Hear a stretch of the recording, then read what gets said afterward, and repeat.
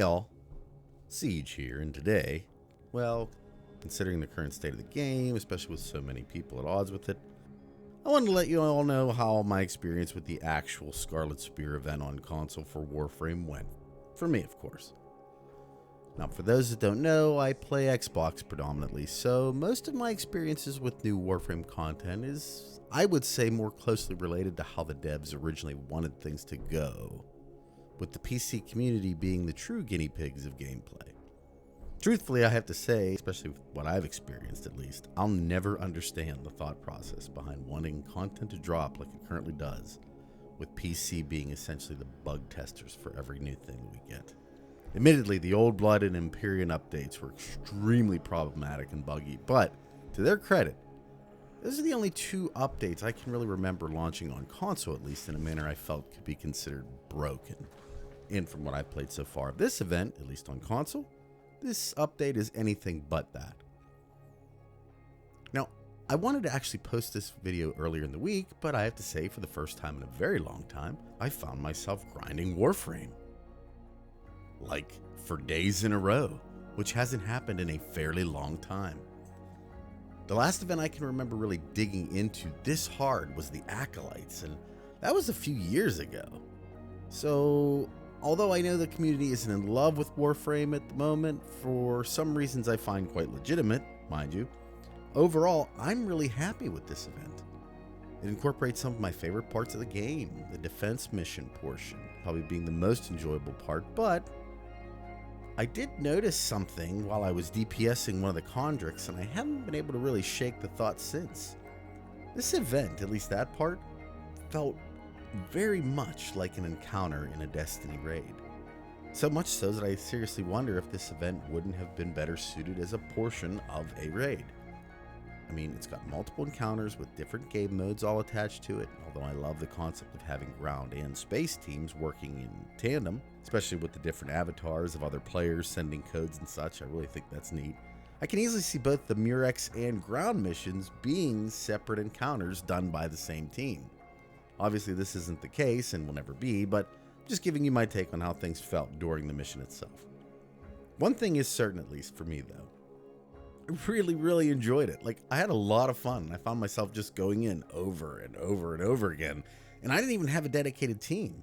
Every run was done with random groups, both on the ground as well as on the ship, and it was a blast. Now, is it perfect? Of course not. There's all kinds of little tweaks and some fairly large changes they could make to improve this even more. Things just off the top of my head would be what? Well, it's excessively repetitive, so I'm not completely sure an entire month of this event is necessary, although it does give more people the opportunity to play and get some of the rewards, as they are quite plentiful. We've got a few weapons, some decorations, but most importantly, there's a pretty substantial grouping of arcanes to choose from, so if Eidolon hunting or shopping with plat for arcanes isn't your deal, then this is definitely an event to frequent. It is very grindy, but with the adjustments from its initial launch, I don't feel it's too bad. And finishing an actual wave does give a fair amount of extra currency. I've been playing on and off since it launched on console a few days ago, and I've already racked up a nice stack of credits, so I really can't complain about the rewards. That being said, people with a nice collection of arcanes will probably find this event pretty worthless. So I guess it all depends really on where you're at in the game in that regard. Also, the dialogue can get a little awkward at times. During the mission, Little Duck and Sargus Ruck kind of go back and forth. Now, I can barely understand Little Duck to begin with. It's a two-prong attack. Ground team hits the Condricks and swipes their recon data before it beams back to the Murex. We take that friendly data and use it as a Trojan horse for toxic data.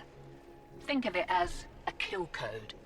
The Railjack team boards the Murex and broadcasts those kill codes right into the Murex's noggin, mucking up its thinker and making it want to run home to daddy. Threat neutralized. Clear as mud? But having her and Sargus over and over and over again, especially if you're attempting a long run, can get a little obnoxious at times. No poisoner.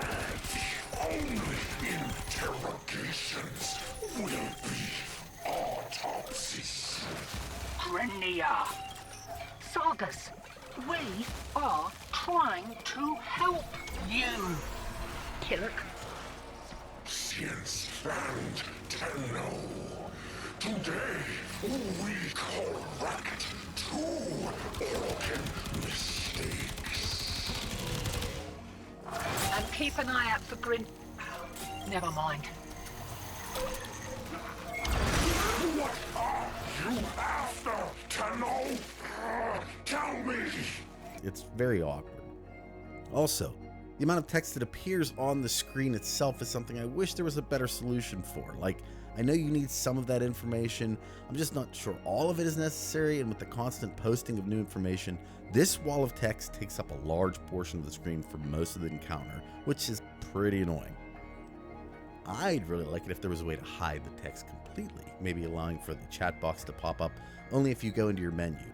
And not just for here, but for all of Warframe. I can't tell you how many times I have to re-record because my clan jumps into an intense discussion while I'm recording footage, and all I can see is just all of their text. Again though, these concerns are fairly minor in the grand scheme of things, and I have to give credit where credit is due. At least in my experience, I saw little to no bugs during gameplay. The rewards showed up when they were supposed to, nothing happened in either the space or ground missions that made me want to quit the game.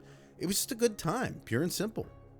Many of you who follow the channel know the last couple updates were not ones I enjoyed, and I really did go into this thinking it would be a complete disaster. Now, maybe your experience might have been a little bit different, I can only speak for myself, but I would be curious to hear how your Scarlet Spear experience went. And if you're watching this after the Switch release, I'd like to hear that as well. You know what? Wait a second.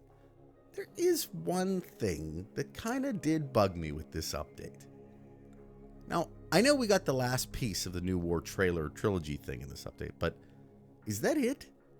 I mean, aside from the dialogue we hear during the mission and this little bit of text from Little Duck at the relay. I deal with low breeds and the highborn. Everyone wants something they're not supposed to have. But these days, it's a buyer's market. And what's selling is stuff that'd get a girl buried. Sentient stuff. And it's been coming in by the wagon load. My crowd had these Murex rumble months ago. Where's all the lore? I mean, this is a serious occurrence in the system, is it not? Doesn't it seem like some lore should be hidden somewhere to flesh things out a little bit better? Give me the goods. You know I want to see them.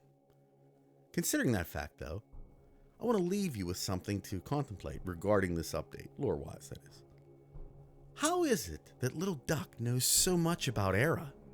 Seems a bit weird some random character established on Venus would be so intimately knowledgeable about a sentient even we are fairly in the dark about. I've seen the theory making the rounds that the character Era assaults during his cinematic may in fact be Little Duck herself. I don't know. Are they the same person? The neck armor they use is very similar, potentially even the same, but nothing else really matches other than the fact that they appear to be both Caucasian females. Is there any smoke there? It's tough to say, at least yet. Personally, I'm not seeing it, but very little has been revealed about either of these characters, so finding out later down the line that they are the same wouldn't surprise me at all. But what do you think? What was your impressions of the update? And what lore implications can you see developing moving forward? I'll be curious to read your takes, so let them flow. And with that being said, I hope you all enjoyed the video today. Warframe's been getting pretty beat up lately, I have to admit, so I thought it was appropriate to give them a little love for the work they did do. Sure, it still isn't in a fantastic place, but here's to hoping that 2020 will bring with it some content to reinvigorate the game. Lord knows they need it. At any rate, hope you all have a wonderful day today, wonderful rest of your week, and I'll talk at you on the next one. Take care, everybody. Bye.